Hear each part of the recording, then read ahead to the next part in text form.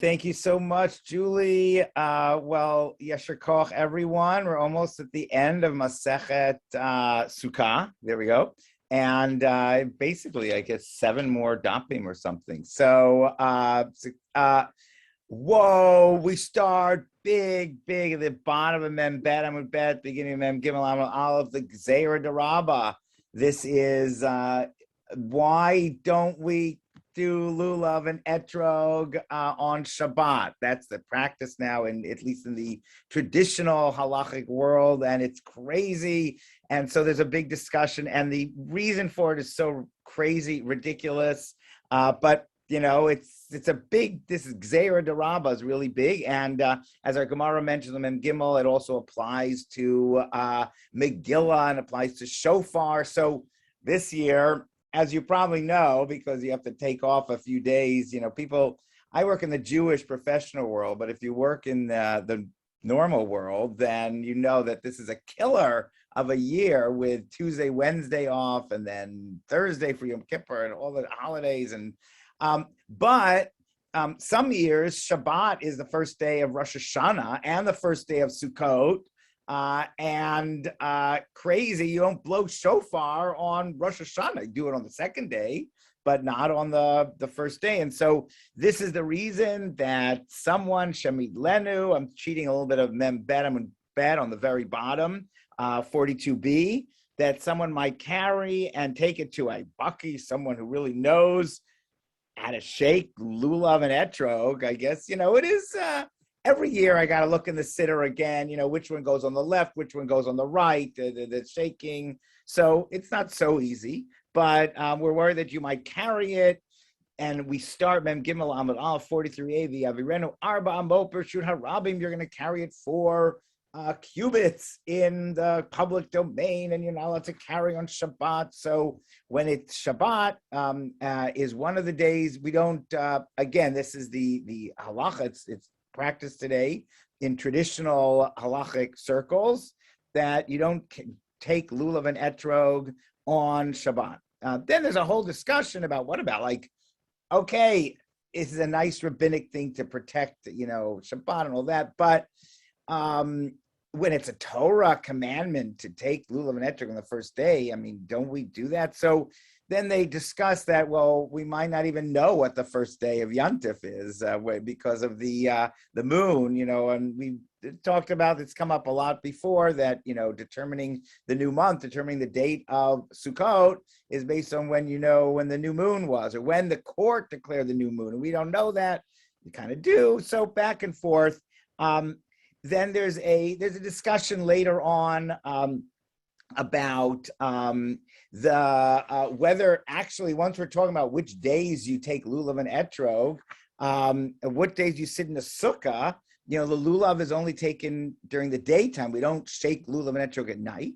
So what about sukkah? Do you have to sit at night? And that's entertained, but eventually they say, no, it's like the miluim, the days that were where the priests began their temple service, and those were night and days. They had to be sequestered. They had to be 7 days of installation. It was a big, it's like a rabbinic installation. There's a priestly installation. So that was day and night. So therefore the sukkah is day and night. And of course we sit in the sukkah, with the first time we sit in the sukkah is at night. So that's fine. Now, there is an interesting, we're going to move into the aravot, into the willows that were taken to the temple. So we have a willow as part of the package of your lulav and etrog. If you're buying a lulav and etrog from the bookstore, make sure, of course, that they give you the willows. Oh my gosh, the willows, they always, you know, they get dried out. Everyone has their own method for preserving the willows.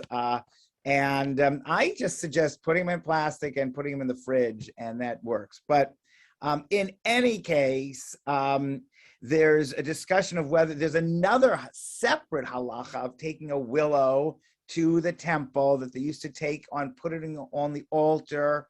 But it's not clear whether that was done by everybody or only the shluchei Beit Din, the messengers of the Beit Din. So maybe that's why that would be done on Shabbat, where the lulav is not done on Shabbat. And then there's a whole discussion, which is kind of cute, on, we're still on Mem 43b, lo ikla or ikla, whether the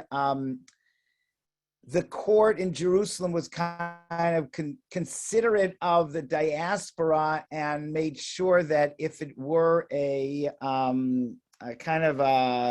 that they sort of adjusted the dates to make sure the diaspora would be more comfortable with, if Shabbat fell on the first day, it was one of those years where Shabbat fell on the first day of Rosh Hashanah and the first day of Sukkot, then the court would make sure not to pull any shenanigans. So that the first day of Rosh Hashanah, first day of Sukkot is the real one. And the court can add an extra day to a month and all that kind of stuff. So, but then other people say, no, they weren't so lenient. Now, the bottom of 43b, and I love the stories. So the bottom of 43b has a great story, and we're going to come up again with there were like fights and battles during the Second Temple period, and the Baitusim were against the Perushim, the Pharisees. The New Testament doesn't like the Pharisees. We love the Pharisees. Go Pharisees, not parasites. Pharisees, sorry. We love the Pharisees. But in any case, the Baitusim, who are some faction that was against the Pharisees, against the good guys. So the bad guys didn't like this. They said, where do you get this custom of the willows? Where does it say that in the Torah? So they hid the Torahs under stones. Stones are muktzah on Shabbat, so they couldn't find, they wouldn't be able to do the poor willow ceremony at the altar because they were hidden by the stones. So really moving, a touching story that the Amei Haaretz, Hikiru Bahen Amei Haaretz at the bottom of 43b, the simple folks that didn't know, according to Rashi, didn't know that it's usher to move stones on Shabbat. They moved the stones, they picked up the stones, and they released these willows that were already picked that they could be offered on the altar on Shabbat of Sukkot. And you could do that beautiful ceremony of the willow. Hooray,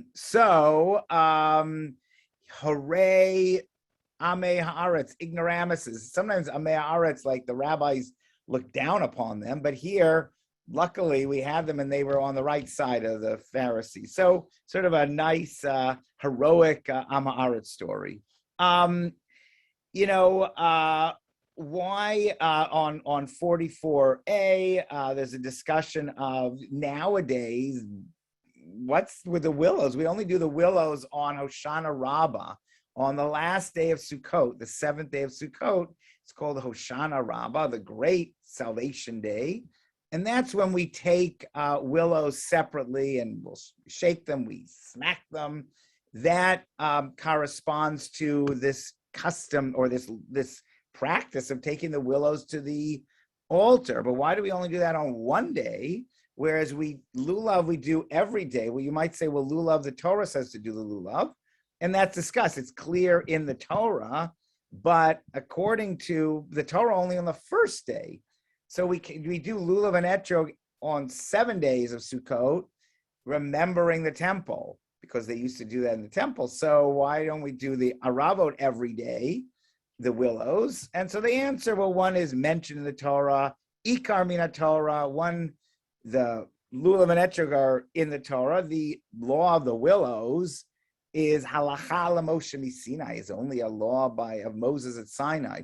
So it's kind of interesting because you'll always hear in certainly Orthodox circles that, the Torah, the oral Torah is just as important and was given at Sinai, and I believe it, but the rabbis do make a distinction between the things that are written in the Torah and things that are only traditionally understood as given to Moses at Sinai in the oral Torah. And here's an example. So since Willow, it's Torah, but it's only oral Torah, and therefore we don't nowadays we don't have a temple, we don't have an altar, we don't have to do this except for the last day.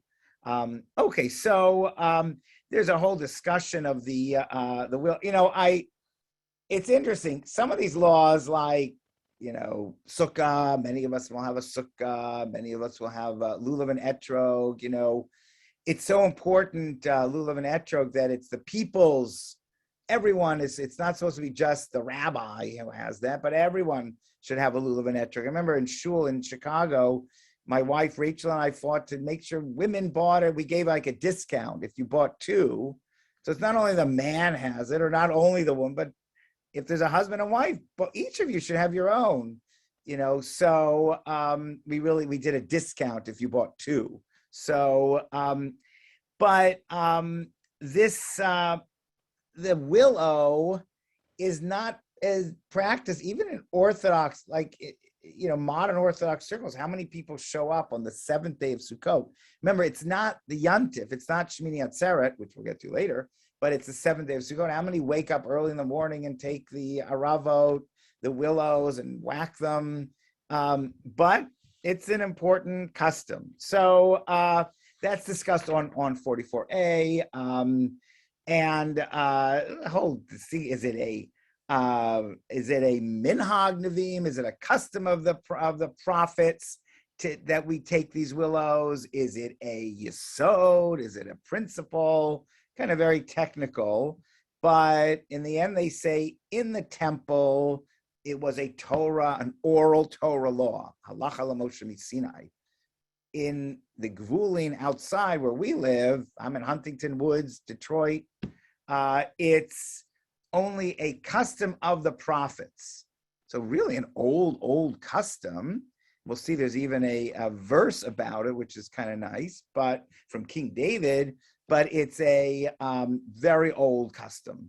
So, but interesting, what I love about this is on 44b, it talks about some of the laws that Ein Adam Yotzei Yedei Chavato Ba'arava Shebalulav. You can't steal. Rabbi Ami says this. You can't take your willow. You can't shake your lulav and Etrog, and then snatch the willow from the lulav and Etrog and double use it for this mitzvah of aravot, of willows, and whatever you do, shake them, smack them, carry them. It needs to be a separate. You got to pay more. You go to shul in the morning, the last day of Hoshana Rabbah. If they're having services, a lot of times they will sell you these aravot for like $3, $5, or whatever, and you can't save a little bit of money by using your own from your lulav. Usually your willows by then and the lulav are in miserable shape anyway. So you could do it the other way. You can spend $5 and get those fresh willows that they're selling on the seventh day of Sukkot and stick them in your lulav, but then you got to spend another $5 and buy new ones for this mitzvah of arava. So it's kind of each one separately. Wow. On 44b, you might notice there's honestly, it's not a giant Tosfot, because these giant Tosfots, this commentary that's here, it's on the right side. Sometimes they're really big. They're the whole page. It's like a big, thick. This is like a thin, but it does go pretty much the whole page, because it's a big question of, can you say a blessing on a minhag? So we say blessings, and we'll come to it a little bit later, on rabbinic ordinances. We still say that God commanded us to do this, and we'll discuss that. But what about on a custom, on a practice? Can you say a minhag, a bracha on that? The Sephardic world, like Maimonides, etc., of Levant, they said no. The Ashkenazic world, the Tosfot, argue yes. You can say a bracha on a minhag, but from 44b, it looks a little bit not so clear. So now we're on 45a. There's a discussion whether Gog versus Gav, the roof, or versus the wall or something. Don't worry about that. But the great thing about 45a is that in the Mishnah, you have some of these prayers that we say for Hallel, all the days of Sukkot, but also the prayers that we say on Hoshana Rabbah, Aniva Hoshiana, and these are prayers like at the end of services, or it could be in the middle of services, but depends how your synagogue does it. But it's I always like it when it's in the Mishnah from, 1700 years ago, 1800 years ago, and really reflecting customs of 2000 years ago, at least, and that it's in our liturgy today. We still say it. So that's great. I love on 45A and 45B, the different interpretations of that verse from Psalms that's in the Hallel. What is it? It's towards the end of Hallel. It's right before Eliata Ve'odeka. It's so you can sing it sometimes. What does Ishu Chag Bavotim Ad Karnon HaMizbeach mean? I'm not translating on purpose because they argue what the translation is. But I love that there's a vegetarian, really nice interpretation of this.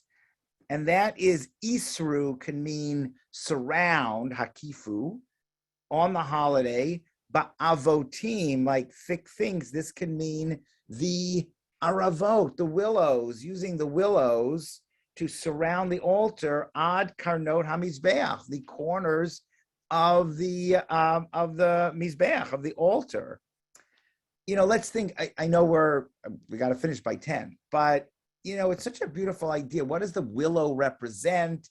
It represents water. It represents, concern, because willows grow near water or where there's a lot of water. Sometimes, actually, there's a house that we have in Huntington Woods where they have a lot of flooding. In Nebuch, we have a lot of flooding in Detroit. I mean, not as bad as Tennessee, but just bad. And some people were told to plant willow trees in their backyard, and that would absorb a lot of the water. So willow represents water and maybe how we, transform water into life, and water represents Torah. What a beautiful metaphor of taking the water, which is a big Sukkot theme, right? We'll get to it later, all the celebrations of water, and surrounding that's our sacrifice, how we're using water, how we're making this a better world. So lots of stuff to talk about there. But what a beautiful interpretation of the verse. Other interpretations of the verses are like, tie up the animal, Ishu Chag Bavotim, lash that animal that you're going to slaughter for the sacrifice on the corners of the altar. So, you have a little bit maybe a less woke interpretation, a less vegetarian interpretation.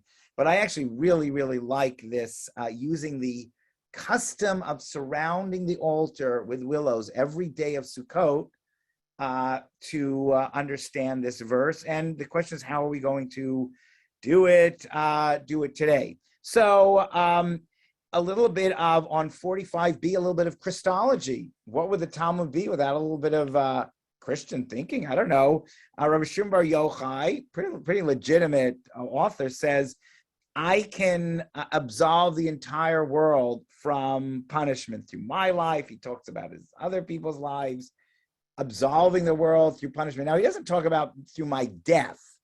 That's elsewhere in Jewish traditions. But that gets us into the classic of classics. If you have not been observing Hoshana Rabbah and the custom of the willows, you might be very familiar still with the 36 tzaddikim.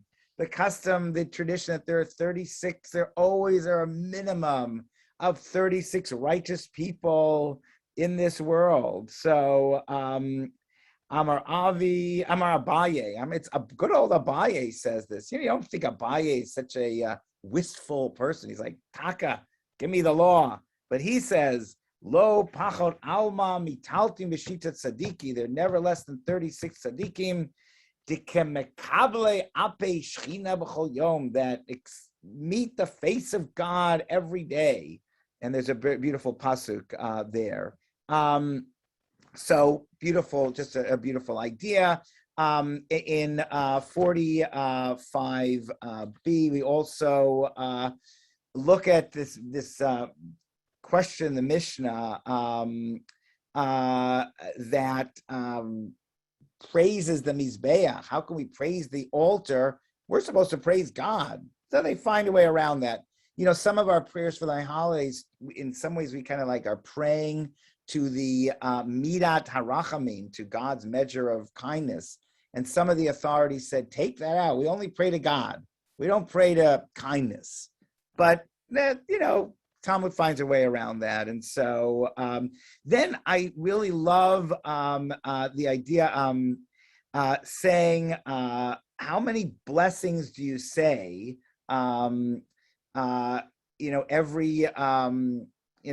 when you have different blessings? First of all, do you say bracha on the lulav and etrog every day and on the sukkah every day? And at the end of the day, we do say that. What about tefillin? Do you say it if you take it off, put it on, take it off? And there, this is 46a, really interesting. We're not normally that interested in who said, I guess we are. Who said what?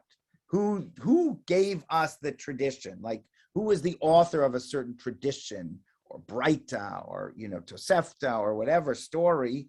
Here it's Shmuel's granddaughter. And Shmuel's granddaughter, so it saw Rava putting on tefillin and saying a bracha each time he put on tefillin. He had to take his tefillin off. He had to go to the bathroom. And Shmuel's granddaughter is seeing all of this.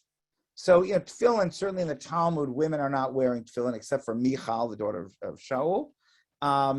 But here we have the testimony from Shmuel's granddaughter that actually Rava is not behaving with tefillin the way he paskin. He ruled that if you take tefillin off, put it back on, you don't say another blessing.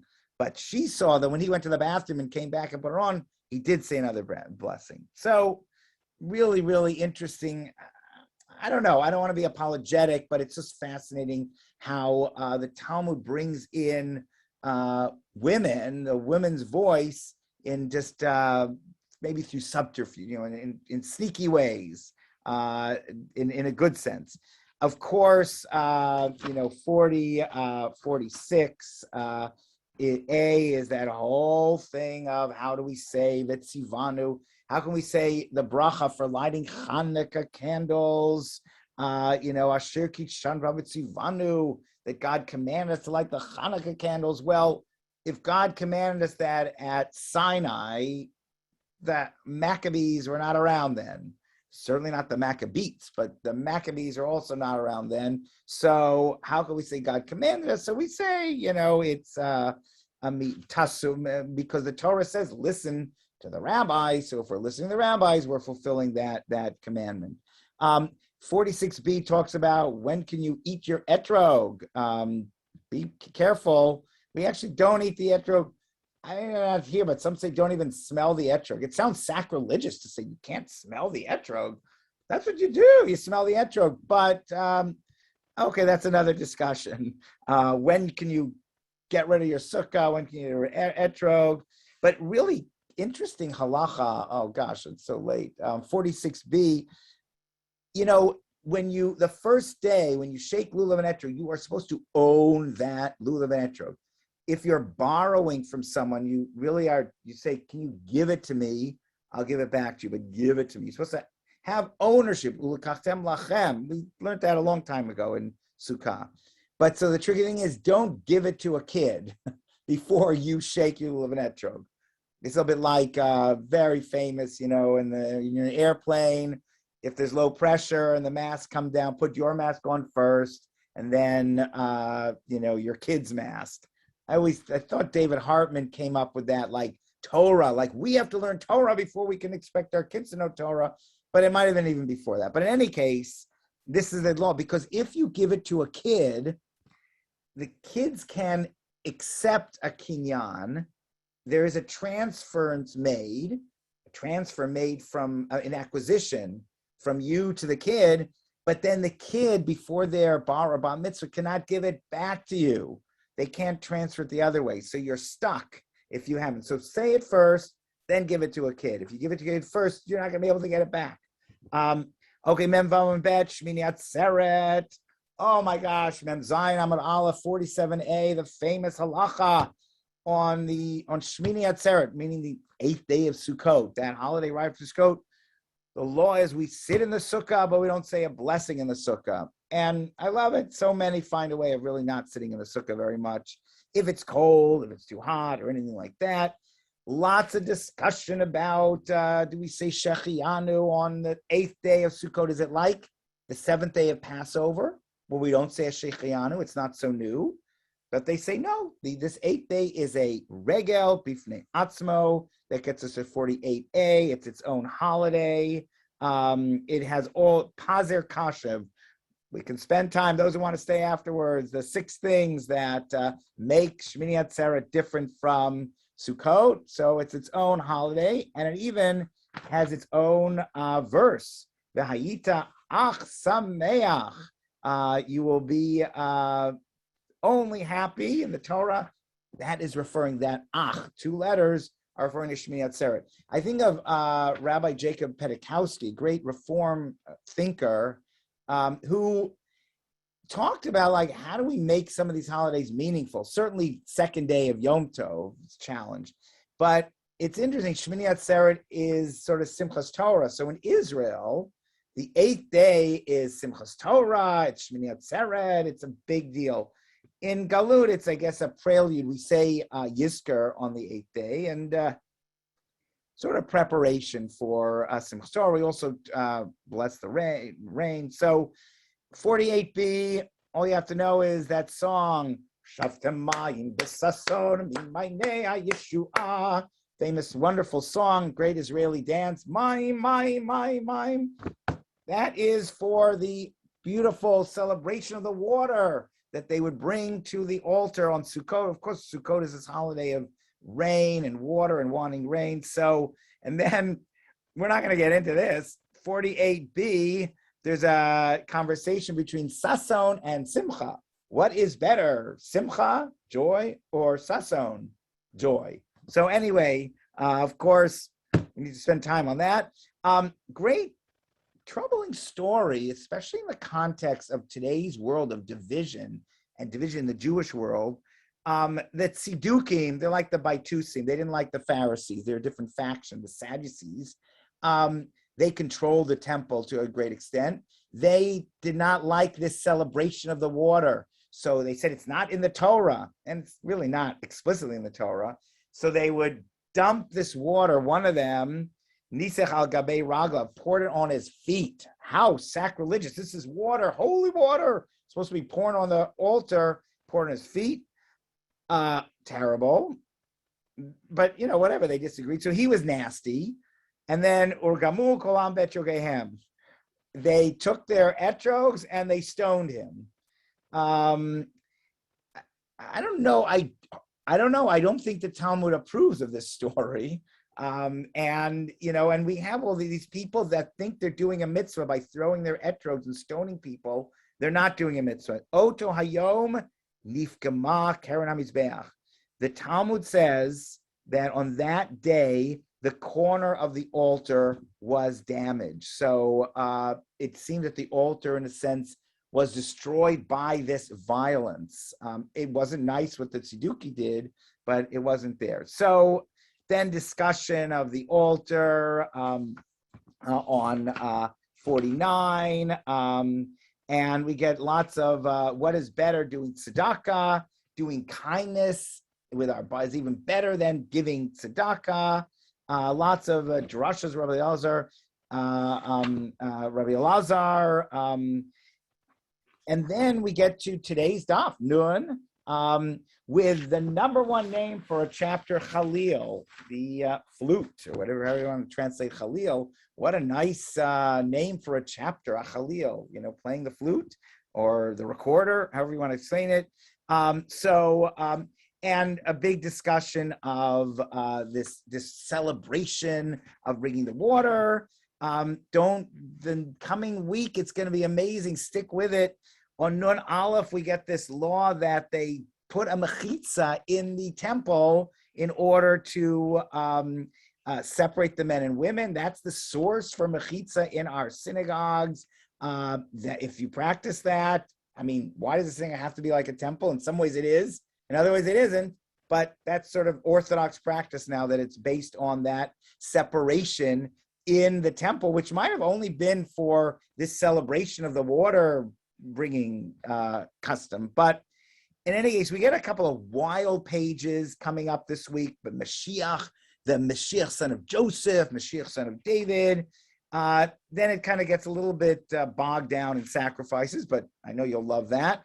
But this Masechet will end with a wild story of Miriam Bat Bilga. So it ends on a wild note. Great week ahead, celebrating Simchat Beit HaShoeva, the great joy that if you haven't seen that joy in the temple, you don't know what joy is. So, but we still make Sukkot this joyous, wonderful holiday that hopefully is meaning to us all, whether we do Lulav and Etrog or the Sukkah or the Willows. God willing, it'll be a time of joy and time that will lift us from this COVID plague and from all the plagues and be a joy for the entire world.